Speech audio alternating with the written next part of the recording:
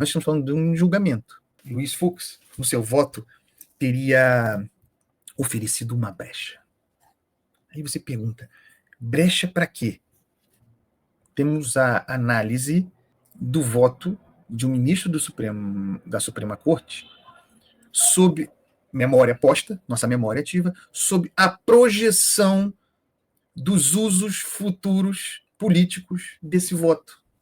Então, o voto de Luiz Fux, analisada menos a qualidade do seu voto, o voto dele estudado ou tratado pelo seu possível, e eu diria provável, não sem aviso, aqui nesse programa, uso futuro. Então haveria aí uma brecha, é o que eu chamo de direito do clima político. Direito do clima político. Então, votou Luiz Fux hoje, com o clima político xandônico, clima político hostil a Jair Bolsonaro, mas votou Luiz Fux divergindo, especialmente na matéria da competência do tribunal, abrindo assim para o futuro. Ninguém funde direito mais. Ninguém está errado, é isso mesmo. Posta uma brecha para que no futuro, vejam, isso está dado como se fosse uma coisa normal, mudando o clima político muda. Claro que o clima político muda. Hoje é Lula, amanhã é outro, ou Lula de novo, ou outro. O clima político muda. Saudável, né? Em algum momento, alternância de poder. Mas o clima político muda e mudaria também, em função disso, o clima no Tribunal Constitucional, que deveria ser estável, mas não é. Então, o voto de Luiz Fux passa a ser analisado menos, repito, pela sua qualidade, pelas suas características, e mais a partir de uma projeção de futuro que, lembrando da Lava Jato, nos indica e mesmo nos autoriza a esperar que, com a mudança do vento político, em algum momento, as nulidades venham. E o mesmo tribunal que hoje, tribunal aos ventos, né? Portanto, com uma biruta aos ventos, que o mesmo tribunal mude de opinião, como mudou no caso da Lava Jato, para inocentar, para anular os processos. Então nós temos o direito do clima político no Brasil. Eu registro também a evolução da percepção de surpresa diante do voto de Luiz Fux, né? No começo era uma perplexidade, assim, né? Mas talvez algo esperado. Depois evoluiu para uma indignação e finalmente para a raiva. Até que se perdesse mesmo a linha diante do voto do cara.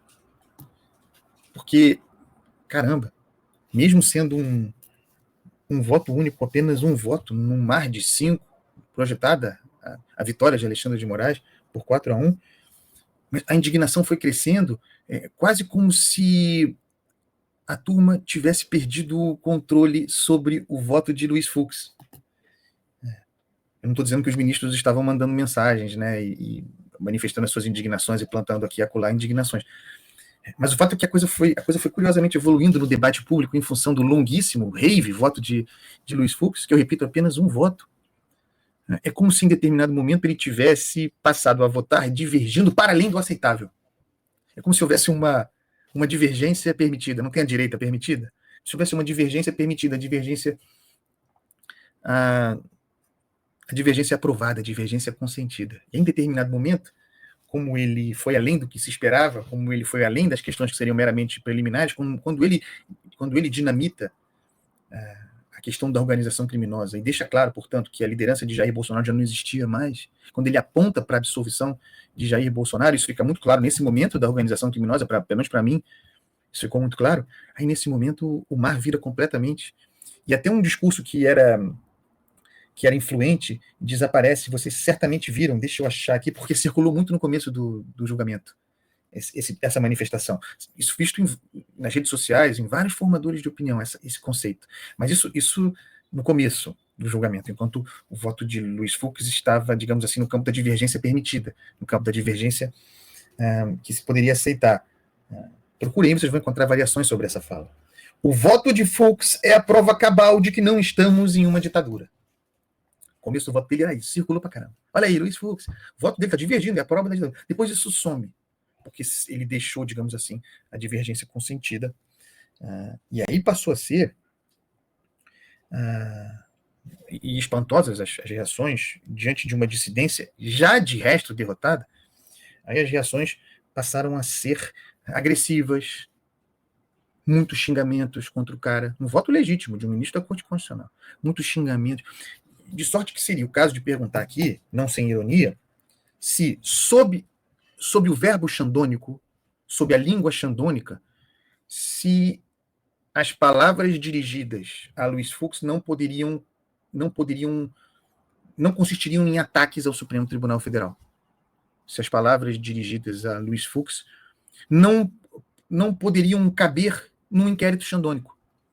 Se o verbo dirigido a Luiz Fux, na língua xandônica, se aquilo para além de um ataque ao Supremo Tribunal Federal, não consistiria num ataque à democracia brasileira. Algumas provocações são necessárias aqui, né, gente? Porque nós estamos falando sempre de precedentes. Você abre precedente. E ele será usado contra você em algum momento.